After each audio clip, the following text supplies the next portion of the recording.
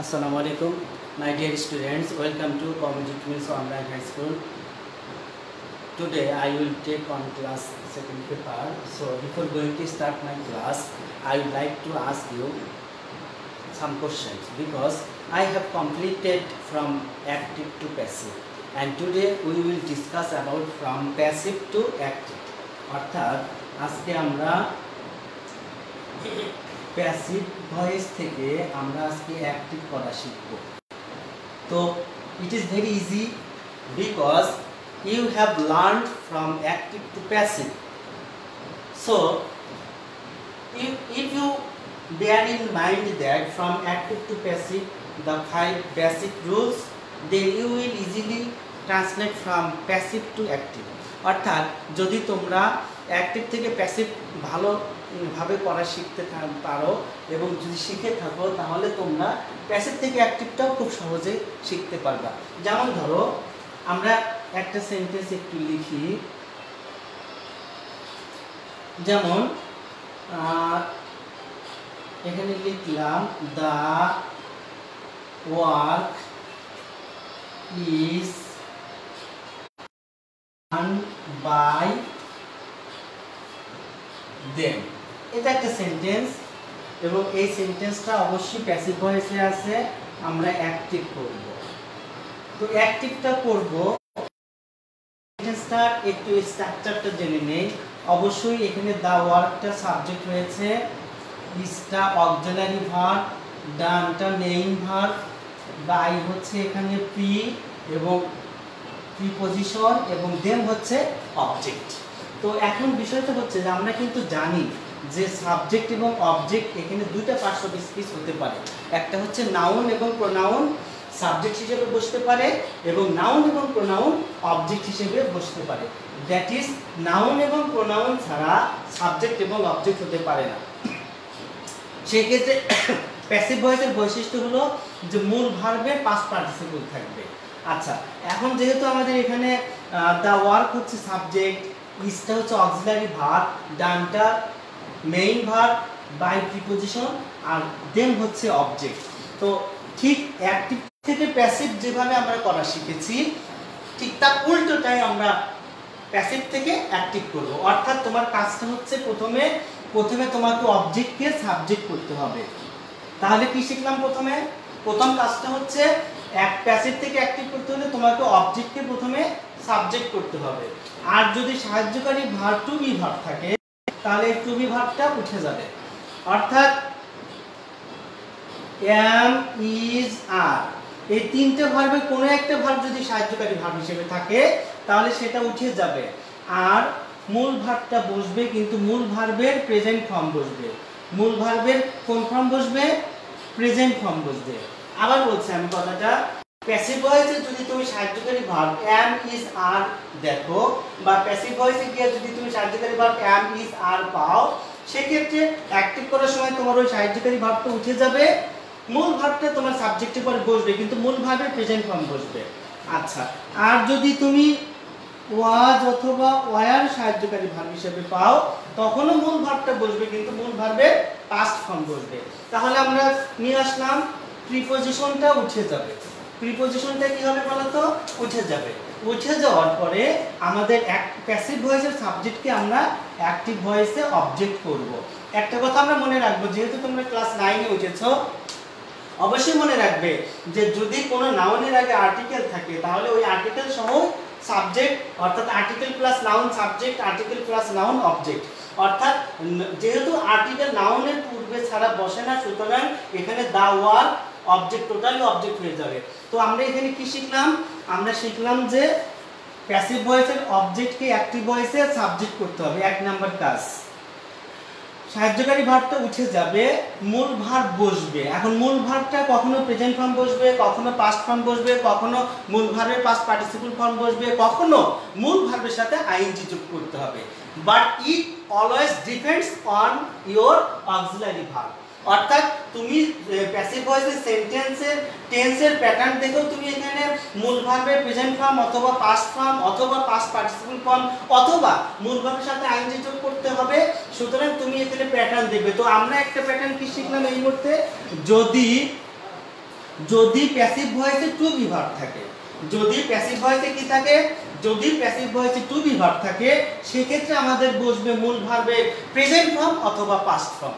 তো present form কখন বসবে, যখন অ্যাম ইজ আর বসবে সাহায্যকারী ভার্ব হিসেবে প্যাসিভ ভয়েসে, তখন অ্যাক্টিভ ভয়েসে মূল ভার্বের প্রেজেন্ট ফর্ম। আর যদি ওয়াজ অথবা ওয়্যার বসে তাহলে মূল ভার্বের পাস্ট ফর্ম। আমি উদাহরণটা একটু পরে দিব। আচ্ছা, টু বি ভার্ব যদি প্যাসিভ ভয়েসে থাকে, টু বি ভার্ব যদি প্যাসিভ ভয়েসে থাকে সেক্ষেত্রে কিন্তু টু বি ভার্বটা অ্যাক্টিভ করার সময় উঠে যাবে। তাহলে আমাদের কয়টা জিনিস এখান থেকে উঠে যাচ্ছে, একটা হচ্ছে অক্সিলারি ভার্ব উঠে যাচ্ছে আর প্রিপজিশনটা উঠে যাচ্ছে। এখন আমরা আরেকটা সেন্টেন্স দেখব। এই সেন্টেন্সটাকে যদি আমি একটু চেঞ্জ করে নেই, the work was done by me. দেখো উপরের সেন্টেন্সটা খেয়াল করো, the work is done by them, here the work was done by me। সুতরাং এখানে কিন্তু সাহায্যকারী ভার্ব আছে কি, was। তো আমরা কি শিখেছি, আমরা শিখেছি যে যদি প্যাসিভ ভয়েসে সাহায্যকারী ভার্ব was অথবা were থাকে, অ্যাক্টিভ করার সময় আমরা কি করব, মূল ভার্বের পাস্ট ফর্ম করব। সেক্ষেত্রে তোমার ওই আগের নিয়মটি একটু ফলো করো। অবজেক্ট হবে সাবজেক্ট, অবজেক্ট হবে সাবজেক্ট, তারপরে সাহায্যকারী ভার্ব যদি টু বি ভার্ব থাকে, am, is, are, was, wire.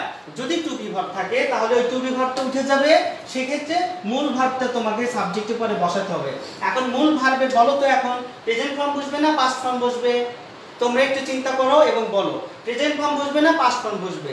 আচ্ছা অবশ্যই তোমরা দেখো এখানে তাহলে এখন মূল ভার্বে পাস্ট ফর্ম বসবে। কেন বসবে বলো তো, কারণ এখানে সাহায্যকারী ভার্ব আছে ওয়াজ, অর্থাৎ টু বি ভার্ব তিন ভাগে, আমরা জানি প্রত্যেকটা ভার্বে তিনটা ফর্ম আছে, that is called conjugation of verbs, present form, past form, past participle form. ঠিক টু বি ভার্বেরও তিনটা ফর্ম আছে, অ্যাম, ইজ, আর হচ্ছে প্রেজেন্ট ফর্ম, ওয়াজ এবং ওয়্যার হচ্ছে পাস্ট ফর্ম, আর বিনটা হচ্ছে পাস্ট পার্টিসিপল ফর্ম। অর্থাৎ এখানে তিনটে সাহায্যকারী ভার্ব, ঠিক আছে, ভার্বের মধ্যে আবার তিনটা ভাগ আছে, অর্থাৎ present form, past form, past participle form. এখানে অ্যাম ইজ আর হচ্ছে প্রেজেন্ট ফর্ম, ওয়াজ আর পাস্ট ফর্ম, বিনটা পাস্ট পার্টিসিপল ফর্ম। যদি তোমার অ্যাম ইজ আর অর্থাৎ অক্সিলারি ভার্ব প্রেজেন্ট ফর্মে থাকে তাহলে মূল ভার্বটা তোমাকে প্রেজেন্ট ফর্ম করতে হবে, আর যদি অক্সিলারি ভার্বটা পাস্ট ফর্মে থাকে তাহলে তোমাকে মূল ভার্বটা এখানে পাস্ট ফর্ম করতে হবে। এখানে ডিড কিন্তু মূল ভার্ব। আচ্ছা, প্রিপজিশনটা উঠে যাবে আর সাবজেক্ট হবে অবজেক্ট। সাবজেক্ট হবে কি বলো তো, অবজেক্ট। অবশ্যই তোমরা বুঝতে পারছো, আমি এটা আবার তোমাদের একটু ব্যাখ্যা করে শোনাচ্ছি। তাহলে প্যাসিভ থেকে অ্যাক্টিভ কিভাবে করব, অবজেক্টকে সাবজেক্ট করব, সাহায্যকারী ভার্ব যদি টু বি ভার্ব থাকে উঠে যাবে, মূল ভার্বের প্রেজেন্ট ফর্ম অথবা পাস্ট ফর্ম বসবে, প্রিপজিশন উঠে যাবে আর সাবজেক্ট হবে অবজেক্ট। তাহলে আমরা একটা বিষয় কিন্তু এখানে ক্লিয়ার হয়েছি যে মূল ভার্বটা কিন্তু চেঞ্জ হবে, ইট always changes from your structure of passive sentence. So you should bear in mind that there is three basic rules, that is object will be subject, then you should use main verb and then you should use from subject to object। তো আমরা এখন একটু চেঞ্জে যাব, সেটা হলো two have verb যদি কোনো passive ভয়েসের ভিতরে পাও, টু হ্যাভ ভার্ব। আচ্ছা বলো তো টু হ্যাভ ভার্ব কোনগুলো, আমরা তাহলে একটু লিখে নেই, হ্যাভ, হ্যাজ অথবা হ্যাড, এই তিনটাকে বলা হয় two have verb. Auxiliary verb তিন ভাগে বিভক্ত না চার ভাগে বিভক্ত, অবশ্যই অক্সিলারি ভার্ব চার ভাগে বিভক্ত, অর্থাৎ অক্সিলারি ভার্ব হচ্ছে চার প্রকার, to be, to do, to have এবং মডাল অক্সিলারি। তো আমরা টু বি ভার্বটা শিখেছি, এখন আমরা টু হ্যাভ ভার্ব যদি প্যাসিভ ভয়েসের ভিতরে থাকে তাহলে আমরা কি করব। তো আমি এখন আরেকটা সেন্টেন্স একটু লিখি আগে, দেখো দা, আগের সেন্টেন্সটাই আমি লিখি, যেহেতু for the first time you are going to face this type of transformation from passive to active, সুতরাং আমি সেন্টেন্সটাকে একটু কমন রাখবো। তাহলে দ্য ওয়ার্ক, আমি একটু লিখি এখানে, হ্যাজ বিন ডান হিম। দেখো তাহলে তোমাদের কিন্তু আমি একটু চেনাই, দেখো তাহলে দা ওয়ার্কটা হচ্ছে এখানে সাবজেক্ট, হ্যাজ বিন হচ্ছে অক্সিলারি ভার্ব, আর ডানটা হচ্ছে এখানে মেইন ভার্ব বাই প্রিপজিশন, আর হিম হচ্ছে অবজেক্ট। তোমাকে এটা একটু দেখে নিতে হবে, প্রত্যেকটা সেন্টেন্স পাওয়ার পরে তোমাকে একটু ফলো করতে হবে এই বিষয়গুলো, যে তুমি যদি কোনো সেন্টেন্সে সাবজেক্ট ভার্ব অবজেক্ট না চেনো তাহলে কিন্তু তোমার জন্য একটু সমস্যা হবে। আচ্ছা, তাহলে তোমাদের একটু ক্লিয়ার করি। সাধারণত অ্যাসার্টিভ সেন্টেন্সের শুরুতে সাবজেক্ট বসবে। আচ্ছা, তাহলে অ্যাসার্টিভ সেন্টেন্স শুরু হবে কি দিয়ে? সাবজেক্ট দিয়ে। আর সাবজেক্টের পরে সাধারণত ভার্ব বসে, ভার্বের পরে অবজেক্ট বসে। তাহলে এই সাবজেক্টের পরে কখনো সাহায্যকারী ভার্ব, তারপরে মূল ভার্ব, অথবা সরাসরি মূল ভার্ব আসতে পারে। সাহায্যকারী ভার্ব থাকলে তুমি মনে রাখবে অবশ্যই মূল ভার্ব আসবে, মানে সাহায্যকারী ভার্বের পরে তোমাকে অবশ্যই মনে রাখবে যে তারপর অবশ্যই মূল ভার্ব থাকবে। কিন্তু মূল ভার্ব যদি কোনো সেন্টেন্সে সরাসরি চলে আসে, তার আগে কখনো সাহায্যকারী ভার্ব থাকতেও পারে, নাও পারে। তো এই সেন্টেন্সে দেখো সাহায্যকারী ভার্বটা কি? হ্যাজ বিন আছে। তো আমরা কিন্তু জানি যে অ্যাক্টিভ থেকে প্যাসিভ করার সময় সাধারণত টেন্স অনুযায়ী সাহায্যকারী ভার্ব যখন বসাতে হয় তখন কিন্তু আমরা জানি যে অ্যাক্টিভ ভয়েসটা যে টেন্সে থাকে পরের টেন্সের সাহায্যকারী ভার্ব দিয়ে প্যাসিভ ভয়েস করতে হয়। তো তুমি যদি প্যাসিভ থেকে অ্যাক্টিভে ফিরে আসো তাহলে তোমাকে তো আগের টেন্সে ফিরে আসতে হবে, সুতরাং আগের টেন্সের সাহায্যকারী ভার্বটা লিখতে হবে। অর্থাৎ আমি তোমাদের একটু উদাহরণের মাধ্যমে এই জিনিসটা পরিষ্কার করতে চাচ্ছি। সেটা হচ্ছে যে দেখো তোমাদের একটা জিনিস এখানে খেয়াল করাই, অবজেক্ট কি আছে এখানে? হিম। তাহলে অবজেক্ট যদি হিম থাকে তাহলে হিমটাকে এখন আমরা সাবজেক্ট করব, কি হবে? হি হবে। আচ্ছা, সাহায্যকারী ভার্ব কি আছে? হ্যাভ, হ্যাজ, হ্যাড আছে। তো যদি প্যাসিভ ভয়েসে সাহায্যকারী ভার্ব হ্যাভ অথবা হ্যাজ অথবা হ্যাড থাকে, তিনটার কোনো একটা থাকে, হ্যাভ অথবা হ্যাজ অথবা হ্যাড কোনো একটা থাকে, তাহলে অ্যাক্টিভ ভয়েসে সেটা বসবে। তাহলে ওইটা ওই সাহায্যকারী ভার্ব টু হ্যাভ ভার্বের তিনটার কোনো একটা বসবে, কিন্তু এই বিনটা শুধু উঠে যাবে। কি বিন উঠে যে মূল ভার্ব বসবে। মূল ভার্বের এখন কিন্তু পাস্ট পার্টিসিপল বসবে। কেন বসবে? কারণ হ্যাভ, হ্যাজ, হ্যাড এর পরে মূল ভার্বের পাস্ট পার্টিসিপল বসে। অর্থাৎ টু হ্যাভ ভার্বের পরে শূন্যস্থানে যদি তোমরা কখনো দেখো শূন্যস্থান আছে, তাহলে ওইখানে অবশ্যই মূল ভার্ব বসবে এবং মূল ভার্বের পাস্ট পার্টিসিপল বসবে। আমরা একটা শূন্যস্থান ইংলিশে শিখেছি, তাহলে ভয়েসের ক্ষেত্রেও ঠিক তাই, সেন্টেন্সের ক্ষেত্রেও ঠিক তাই। অর্থাৎ সাবজেক্টের পরে হ্যাভ অথবা হ্যাজ অথবা হ্যাড আছে, তারপরে তুমি যদি মূল ভার্ব নিয়ে আসো, মূল ভার্বের পাস্ট পার্টিসিপল ফর্ম বসবে, অবশ্যই মূল ভার্বের পাস্ট পার্টিসিপল ফর্ম বসবে। কিন্তু যদি have to, has to, had two এই তিনটায় দেখো তাহলে কিন্তু তখন মূল ভার্বের প্রেজেন্ট ফর্ম বসবে। কেন? কারণ have to, has to, had to কে সাধারণত মডেল অক্সিলারি ভার্ব হিসেবে গণ্য করা হয়। তাহলে আমরা অবজেক্টকে সাবজেক্ট করলাম, সাহায্যকারী ভার্ব নিয়ে আসলাম, মূল ভার্বের পাস্ট পার্টিসিপল ফর্ম করলাম। কেন করব? কারণ এটা এই সেন্টেন্সটাতে বিন ছিল। বিন থাকার কারণে দেখো হ্যাভ বিন অথবা হ্যাজ বিন কিন্তু প্রেজেন্ট পারফেক্ট কন্টিনিউয়াস টেন্সের সাহায্যকারী verb. Have been, has been present perfect continuous টেন্সের সাহায্যকারী ভার্ব। তো আমরা যখন প্যাসিভ থেকে অ্যাক্টিভ থেকে প্যাসিভে গেছি তখন পরের টেন্সের সাহায্যকারী ভার্ব নিয়ে আসছি। এখন প্যাসিভ থেকে যেহেতু অ্যাক্টিভে ফিরে আসবো, সুতরাং আমাকে ওই প্রেজেন্ট পারফেক্ট কন্টিনিউয়াস টেন্সের আগের টেন্স অর্থাৎ প্রেজেন্ট পারফেক্ট টেন্সের সাহায্যকারী ভার্ব ব্যবহার করতে হবে। সুতরাং প্রেজেন্ট পারফেক্ট টেন্সের গঠন কি?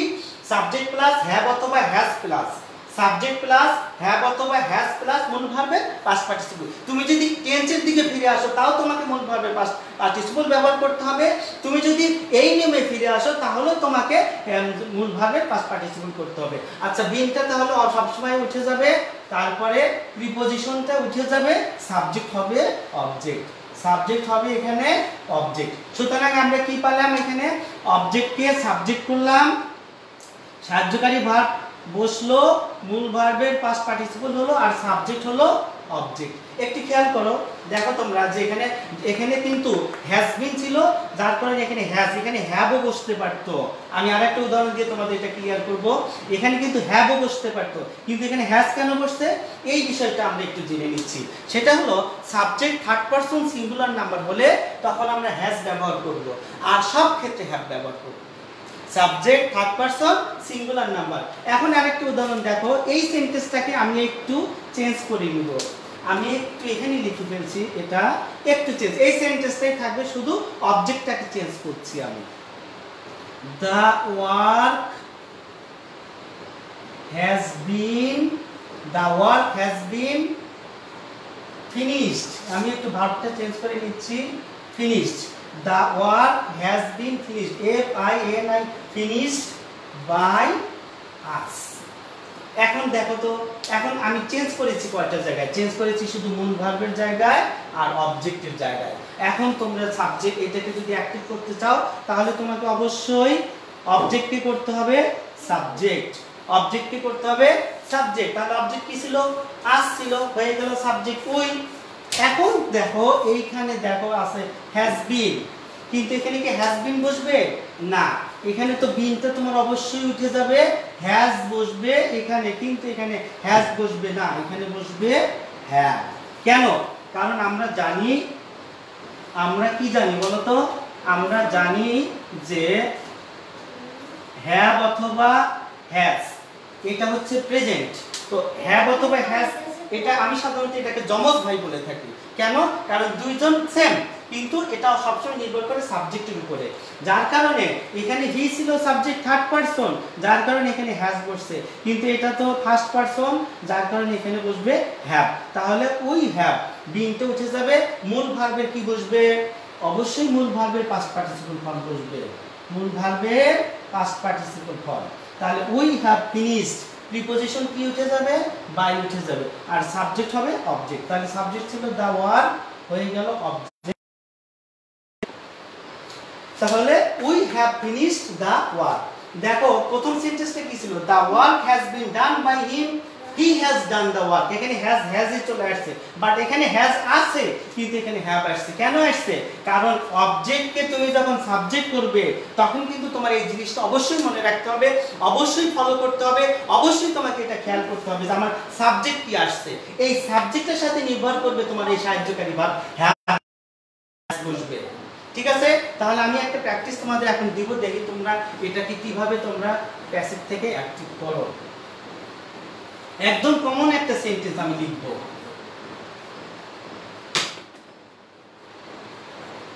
একদম কমন।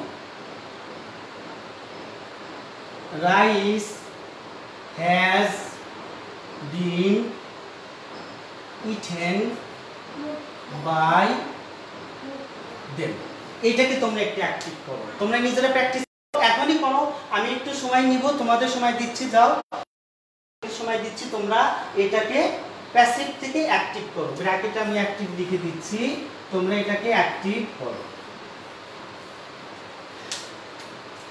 আমি তোমাদের আরেকটু সহজ করে দিচ্ছি। রাইসটা হচ্ছে সাবজেক্ট, হ্যাজ বিন হচ্ছে অক্সিলারি ভার্ব, ইটেন হচ্ছে মূল ভার্ব, বাইটা হচ্ছে এখানে প্রিপজিশন, আর দেম হচ্ছে এখানে অবজেক্ট। তোমরা একটু করো, তোমরা নিজেরা করো। আচ্ছা তোমরা করতে থাকো, আর এদিকে আমি একটু এটাকে মিলানো সহজ হবে। দেম ছিল, আমি দেমটাকে করলাম সাবজেক্ট, দে। হ্যাজ ছিল, এখানে কি হবে? হ্যাভ। তাহলে দে হ্যাভ, বিনটা উঠে যাবে, মূল ভার্বের পাস্ট পার্টিসিপল, মূল ভার্বের past participle. They have eaten, they have eaten, object হবে এখন subject. They have eaten rice. খেয়াল করো, এখানে দেম ছিল অবজেক্ট, যার কারণে এখানে হলো সাবজেক্ট। বিন উঠে যাবে, হ্যাজ ছিল কিন্তু হ্যাভ বসেছে, মূল ভার্বের পাস্ট পার্টিসিপল বসেছে, আর সাবজেক্ট হয়েছে অবজেক্ট, অ্যাক্টিভ হয়ে গেছে। এখন এইটাকে যদি তুমি আবার প্যাসিভ করতে চাও তাহলে এটাই আবার চলে আসবে। তো আমরা এখন আরেকটা সেন্টেন্স একটু প্র্যাকটিস করব, একটু প্র্যাকটিস করি। দেখো সেটা হলো কন্টিনিউয়াস টেন্স। দেখো সেন্টেন্সটা আগে লিখে নেই। Football is being played by them. Football is being played by them. এটাকে আমরা একটু দেখে অ্যাক্টিভ করতে পারি কিনা। Football is being played by them.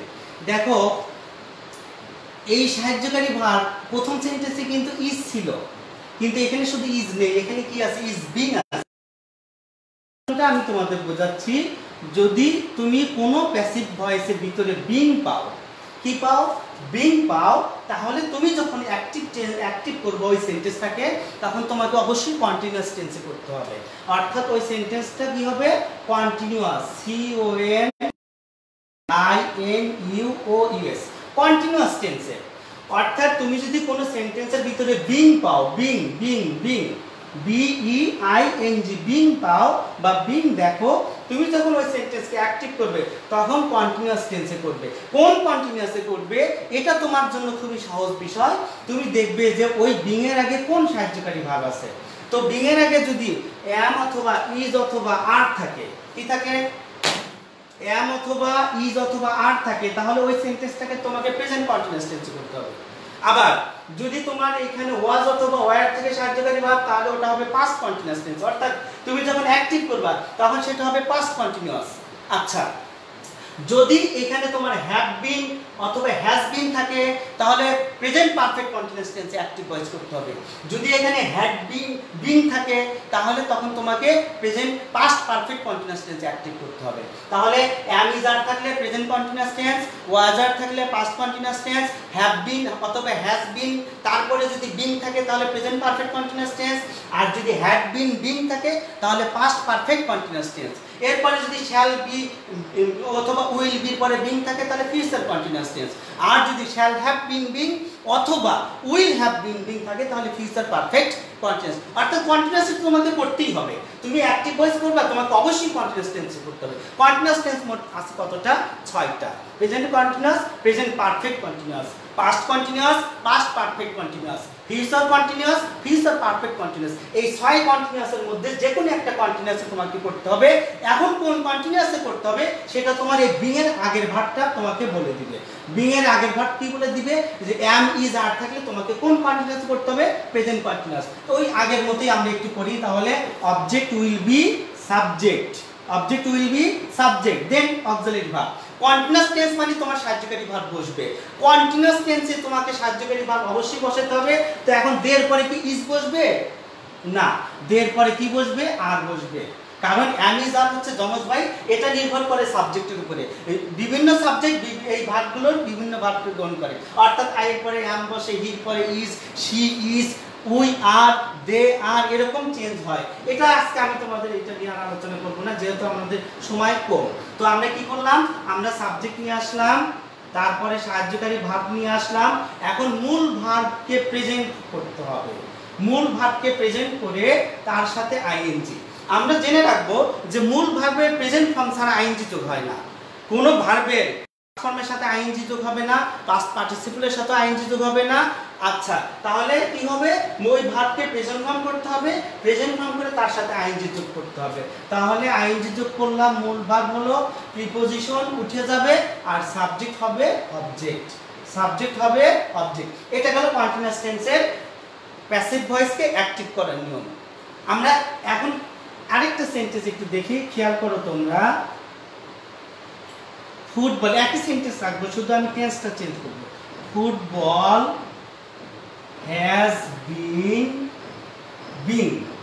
দেখো বিনের নিয়ম কিন্তু এখানে কিন্তু বিং চলে এসেছে, যদিও বিন আছে আমরা বিংটাকে ফলো করব। তাহলে football has been being played by them. খেয়াল করো এখানে এটাকে চাও তাহলে দেখো যে তোমাকে অবজেক্টকে করতে হবে সাবজেক্ট। এখন যেহেতু বিন আছে, তারপরে বিং আছে, সুতরাং হ্যাজের পরে অথবা হ্যাভের পরে তোমাকে বিন বসাতে হবে। তাহলে হ্যাভ, তারপরে আসবে বিন। তাহলে আমরা এখানে কি পেলাম, দেখো কার্যকারী ভার্ব কিন্তু এখানে হ্যাজ বিন অথবা হ্যাভ বিন, যেটাই থাক না কেন তারপরে বিং আছে। এই বিনটা উঠে যাবে, তুমি অ্যাক্টিভ ভয়েস করবে, কিন্তু এখন সাহায্যকারী ভার্ব কিন্তু হ্যাভ বিন অথবা হ্যাজ বিন।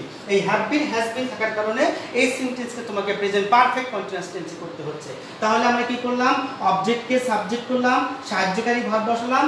এখন মূল ভার্বকে প্রেজেন্ট ফর্ম করব, মূল ভার্বকে প্রেজেন্ট ফর্ম করলাম, প্রেজেন্ট ফর্ম করে তার সাথে আইএনজি যোগ করলাম। কেন, বিং থাকার কারণে কন্টিনিউয়াস, আর কন্টিনিউয়াস টেন্স মানে মূল ভার্বের সাথে আইএনজি করলাম। এখন আমরা কি করব, বাইকে তুলে দিয়ে সাবজেক্টকে অবজেক্ট করব, সাবজেক্টকে কি করব, অবজেক্ট। তাহলে অবজেক্টকে সাবজেক্ট, টেন্স অনুযায়ী সাহায্যকারী ভার্ব, মূল ভার্বের প্রেজেন্ট ফর্মের সাথে আইএনজি, আর সাবজেক্ট হবে অবজেক্ট। অবশ্যই তোমরা মনে হয় আমার এই কথাগুলো বুঝতে পেরেছো, আর আমি যে সমস্যাগুলো নিয়ে আলোচনা করলাম অবশ্যই এই আলোচনাগুলো বুঝতে পেরেছো। তো আমরা আজকে কি শিখলাম? আমরা আজকে প্যাসিভ থেকে অ্যাক্টিভের কয়েকটা নিয়ম শিখেছি। একটা হচ্ছে টু বি ভার্বযুক্ত অ্যাম ইজ আরকে প্যাসিভ থেকে অ্যাক্টিভ, আর একটা হচ্ছে ওয়াজ ওয়ার যুক্ত প্যাসিভ থেকে অ্যাক্টিভ, আর একটা হচ্ছে কন্টিনিউয়াস টেন্স অর্থাৎ বিং যুক্ত প্যাসিভ ভয়েসকে কিভাবে আমরা সেটাকে অ্যাক্টিভ করব। তো বিং থাকলে অবশ্যই সেটা কন্টিনিউয়াস হবে। এখন সেটা কোন কন্টিনিউয়াস হবে সাহায্যকারী ভার্বের উপরে নির্ভর করবে। আচ্ছা, তাহলে তোমাদের এই ক্লাসগুলো যদি আজকের ক্লাসগুলো যদি ভালো লাগে তাহলে তোমরা অবশ্যই এই ক্লাসগুলো লাইক কমেন্ট শেয়ার দিবে। আর যদি কোথাও বুঝতে সমস্যা হয় তাহলে আমাকে কমেন্ট বক্সে কমেন্ট করে জানাবে, সেই বিষয়গুলো নিয়ে আলোচনা করবে এবং তার সমাধান করে দিব। তো আজকে এই পর্যন্তই। আগামী ক্লাস আবার আগামী শনিবার দুপুর 12টায় আবার তোমাদের সাথে আমার দেখা হবে। তোমার বন্ধুদের সবাইকে এই কথাটা জানিয়ে দাও যে প্রতি শনিবার 12টায়, আজকে একটু 11:30টায় ক্লাসটা হয়েছে একটু সমস্যা থাকার কারণে, প্রতি শনিবার দুপুর 12টায় তোমাদের সাথে ক্লাস 9-এর সাথে আমার ইংরেজি ক্লাস থাকবে। অবশ্যই তোমরা সেই পর্যন্ত অপেক্ষা করবে, আমার জন্য দোয়া করবে। তোমরা ভালো থাকো, সবাই ভালো থাকো, সুস্থ থাকো, এই আশা নিয়ে শেষ করছি। খোদা হাফেজ।